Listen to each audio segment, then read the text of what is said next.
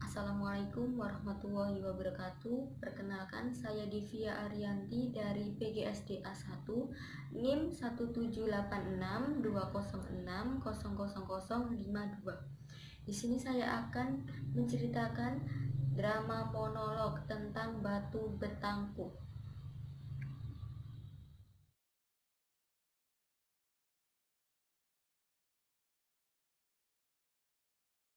Pada zaman dahulu di sebuah desa tinggallah seorang janda yang bernama Mbok Mina. Mbok Mina tinggal bersama anak perempuannya. Mbok Mina bekerja keras untuk memenuhi kebutuhannya sehari-hari sama anak perempuannya. Akhirnya, selesai juga pekerjaanku saat ini. Aku harus mencari kayu bakar dan kujual ke pasar. Hasil penjualannya pun digunakan untuk memenuhinya bersama anaknya. Tetapi anaknya sangat nakal dan pemalas. Kerjaannya hanya bermain dan bermain. Mereka tidak pernah membantu Mbok Mina. Mereka selalu membantah apa perkataan Mbok Mina dan membuat Mbok Mina sedih dan menangis. Mbok Mina sudah tua dan sering sakit-sakitan. Ya Tuhan hamba, sadarkanlah anak hamba yang tidak pernah mempedulikanku dan tidak pernah menghormatiku. Pada suatu hari, Mbok Mina pun memanggil anaknya. Anakku, kemarilah, ayo pulang. Tetapi anaknya sama sekali tidak menghiraukan panggilan ibunya. Dia sibuk dengan bermain bersama temannya. Akhirnya, Mbok Mina memutuskan pergi untuk membuatkan makanan untuk anaknya itu.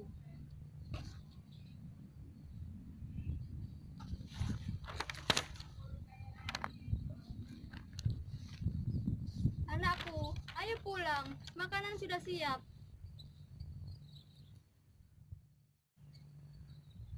Mereka makan dengan sangat lahap dan menghabiskan semuanya tanpa menyisakan untuk Mbok Mina. Mbok Mina merasa sangat lapar. Tetapi anaknya tidak menyisahkan makanan sedikit pun untuk Mbok Mina.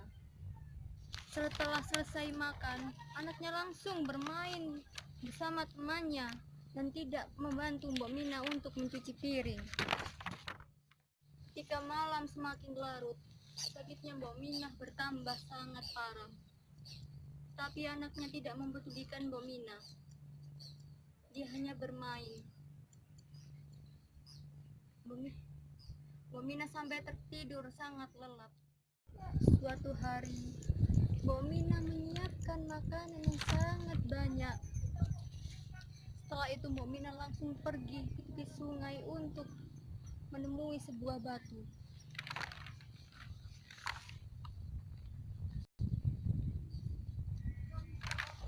Batu tersebut bisa berbicara dan batu itu bisa menutup dan membuka seperti karang. Orang-orang di desa menamainya Batu Betangku. Wahai batu yang dapat berbicara, saya sudah tidak sanggup hidup dengan anakku. Dia tidak pernah mempedulikanku. Dia tidak pernah menghormatiku.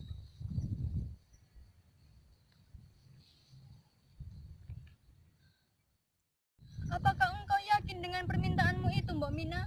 Apakah engkau tidak menyesal?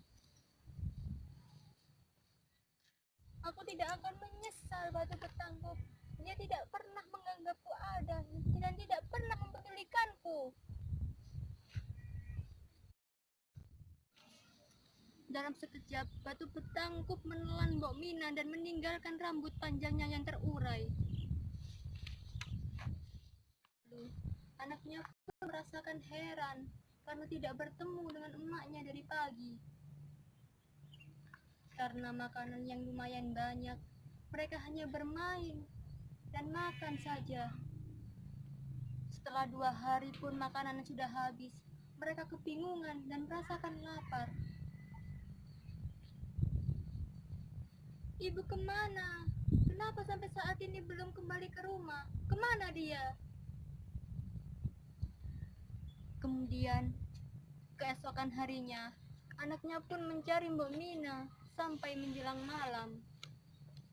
Namun tidak bisa menemukan Mbok Mina sama sekali. Keesokan harinya, anaknya Mbok Mina mencari ibunya di tepi sungai dan melihat batu betangkup dan melihat ujung rambut ibunya yang terurai.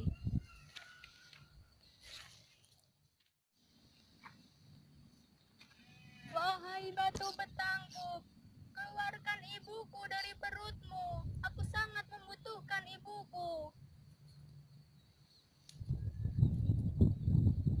Tidak, aku tidak akan mengeluarkan ibumu dari perutku. Kamu anak durhaka dan tidak menyayanginya.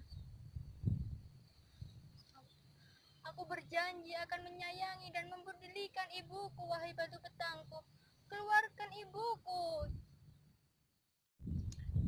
Batu betangkup merasa kasihan pada anak itu dan mengeluarkan Mbok Mina dari perutnya. Maafkan aku. Aku menyesal. Aku berjanji akan mempedulikanmu dan menghormatiku. Sudahlah anakku, Mak sudah memaafkanmu. Mari kita pulang. Namun, tindakan mereka hanya sebentar. Setelah itu anaknya kembali pada kebiasaan lamanya. Pemalas, tidak mau membantu orang tuanya, tidak menghormatinya dan tidak peduli dengannya. Mereka hanya bermain dan bermain saja. Mbok Mina pun merasa sangat sedih karena kejadian sebelumnya terulang kembali. Ia pun memutuskan kembali untuk menemui batu betangkup. Keesokan harinya, anak itu mendatangi batu betangkup dan kembali menangis dan memohon agar ibunya dikeluarkan dari perutnya.